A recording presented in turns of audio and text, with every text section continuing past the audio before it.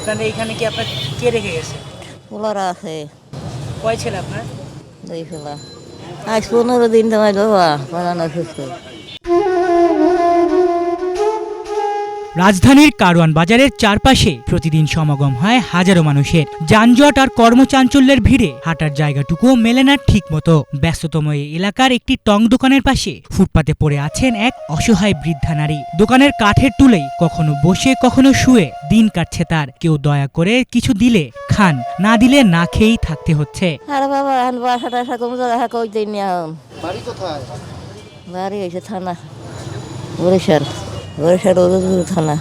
বৃদ্ধার নাম পরিচয় এখনো জানা যায়নি, তবে তার বাড়ি বরিশাল এতটুকু জানা গেছে। গত শনিবার সকালে তার নিজের ছেলে তাকে এখানে ফেলে রেখে গেছে। এরপর থেকে তিনি সেখানেই পড়ে আছেন, আর আশেপাশের দোকানি কিংবা পথচারী সহানুভূতিতেই কোনো মতে চলছে তার দিন। ফুটপাতে পড়িয়ে রয়েছে, তা আমি আবার কই যে কী রে কেডা যাই দিই সামনে যাই দিই মহিলা পুরুষ হইলে একটা ব্যবস্থা করতাম।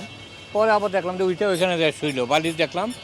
হ্যাঁ, আবার বিকালবেলা আসলে এখানে কাপড় চোপড় খোলা ছিল। হ্যাঁ, আর সে একটু পানি খেলো অনেক মহিলা এসে পরে কাপড় চোপড় পরা গেছে। অনেকে কোন জায়গার এটা বলতে পারবো না আমরা।